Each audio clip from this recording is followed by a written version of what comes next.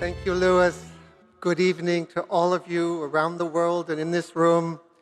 Our way of life and even our very lives are now threatened by climate change and the loss of nature.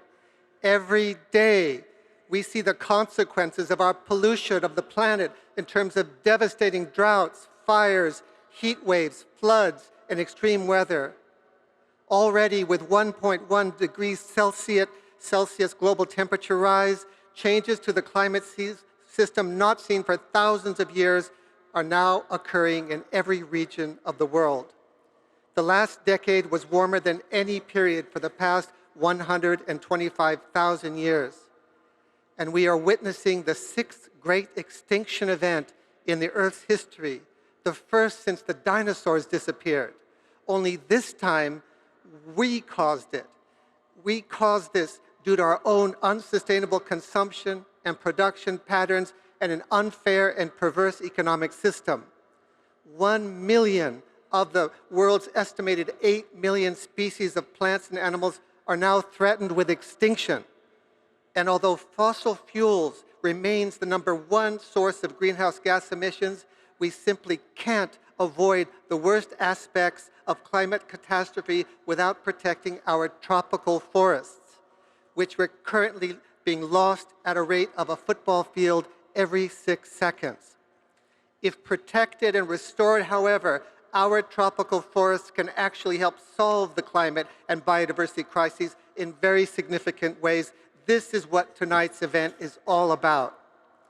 The Amazon is the single largest tropical forest in the world, covering nearly 3 million square miles, equivalent to twice the size of India. About 60% of the Amazon rainforest is in Brazil, and the rest is shared among the other 8 Amazonian countries. The Amazon is home to millions of species of flora and fauna, as well as over 2 million indigenous people from more than 400 different groups. The Amazon River Basin is one of the most critical elements of the Earth's climate system, acting like a giant air conditioner, lowering land temperatures, generating rainfall, and strongly influencing weather patterns both within and far outside the region. Through the process of transpiration, the Amazon pushes massive amounts of water into the atmosphere, creating enormous flying rivers. This water then falls as rain, providing around half of the region's rainfall. Clearing the rainforest interferes with this process, and just last week, Brazil's Minister of Environment, Marina Silva, reminded us that 75% of South America's entire economy depends on the rainforest's rainfall. The Amazon plays a vital role in fighting global climate change by holding an estimated 123 billion tons of carbon, which would otherwise be released into the atmosphere with very deadly consequences. Drivers of deforestation include mostly commercial activities like agricultural expansion for cattle ranching and cattle feed crops, as well as mining and logging.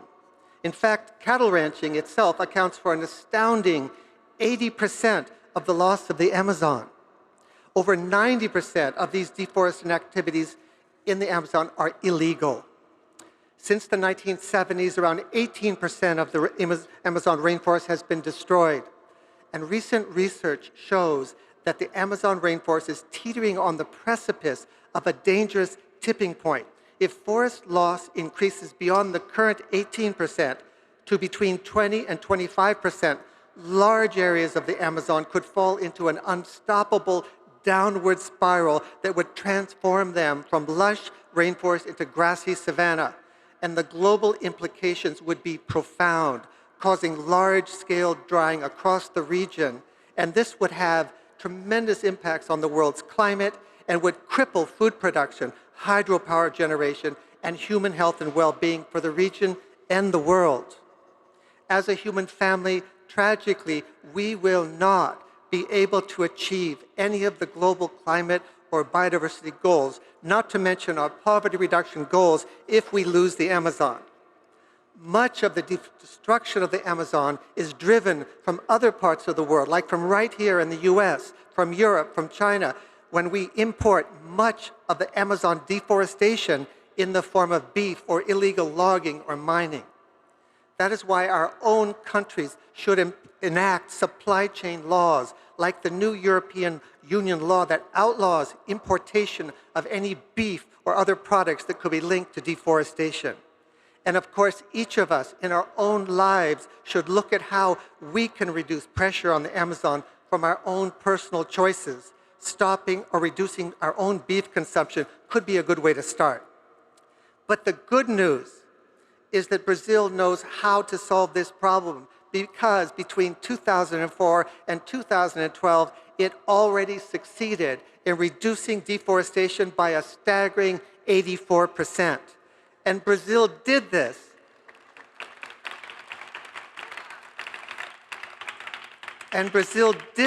while nearly doubling agricultural production and GDP, showing that we don't need to destroy more forests to increase food production. That's a myth. We're done with that. Brazil achieved this by creating and implementing public policies that attacked the structural cause of the problem. The solutions they implemented included: 1, enforcing forest laws; 2, offering financial incentives for forest protection; and 3, expanding protected areas with a special emphasis on creating indigenous lands. There is no need to deforest any more primary forest in the Amazon for livestock and agricultural production, because there are thousands of square miles of already deforested lands that can be used for those purposes.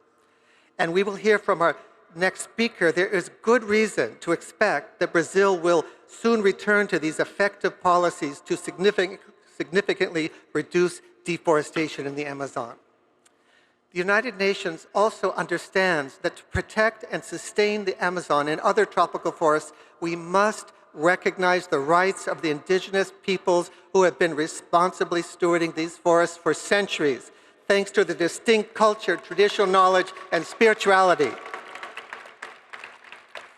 In the Amazon, deforestation rates are much lower in legally recognized indigenous territories than in other lands. But indigenous peoples are being targeted with attacks and violence for protecting their lands. And as we will hear from our speakers, this must stop. The UN also recognizes religious leaders and faith communities as essential partners in solving our environmental crisis.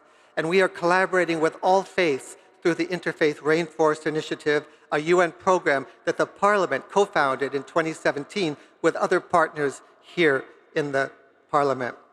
Through this work, leaders of the world's religions are coming together with leaders of indigenous peoples in Africa, Asia, and Latin America, perhaps for the first time in 500 years, to create an extraordinarily powerful and inspiring new coalition to protect forests. This should give us all great hope, and tonight's program is an expression of this growing partnership.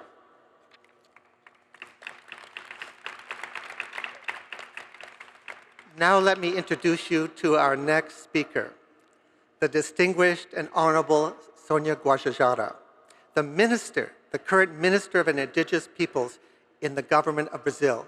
Minister Guajajara was appointed by the recently elected President Lula da Silva, and she is the first indigenous person to serve as a minister in Brazil's government. Sonia Guajajara was born in the indigenous land of IRI in the state of Maranhão and is a member of the Guajajara Tentahar people. Her fight for the recognition of the rights of indigenous peoples led to her selection by Time magazine as one of the 100 most influential people in the world. Sonia helped launch the Interfaith Rainforest Initiative at the Nobel Peace Center in Norway in 2017 and has been such a strong advocate for this work in Brazil and around the world ever since. Sonia represented Brazil in last week's Amazon Summit, and she sent us this video just a few hours ago from deep in the Amazon, where she is right now with President Lula. In this message, she brings us news from that summit and how we can help her and her people to protect the Amazon and their way of life. Thank you. Olá, senhoras e senhores, estimados membros do Parlamento das Religiões do Mundo. Hoje me dirijo a vocês com um sentimento de imensa gratidão. reconhecendo a importância deste espaço, deste plenário, que o Parlamento proporcionou para expressar as preocupações dos povos indígenas do coração da Amazônia. Seu compromisso inabalável ao longo de décadas com a promoção de diálogos e da compreensão entre as diversas religiões e tradições é uma fonte de inspiração para as pessoas no mundo inteiro.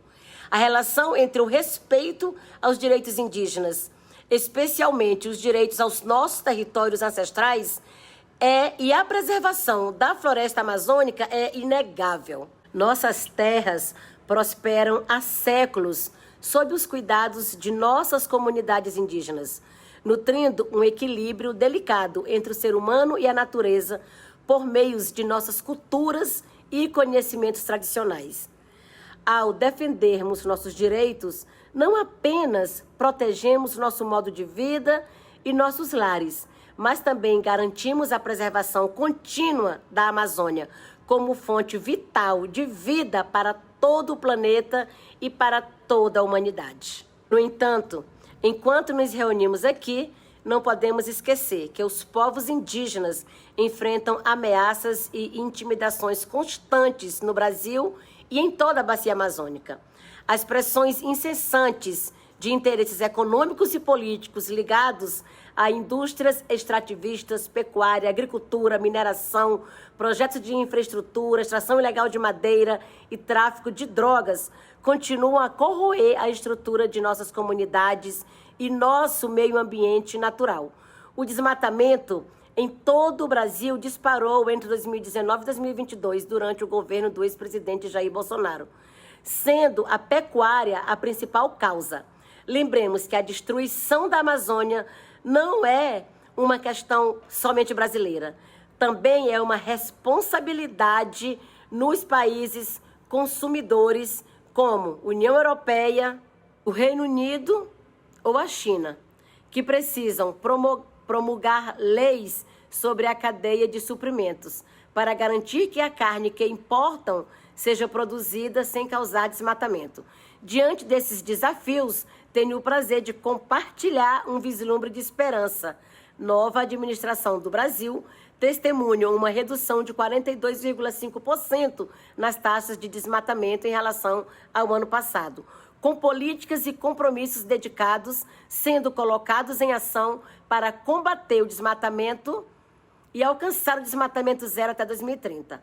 A criação do Ministério dos Povos Indígenas pelo presidente Lula e seu convite para que eu assumisse a responsabilidade por esse ministério significam um marco no reconhecimento de nossos direitos e preocupações, junto com a forte atenção que dedicou ao combate à crise humanitária do povo Yanomami, por exemplo.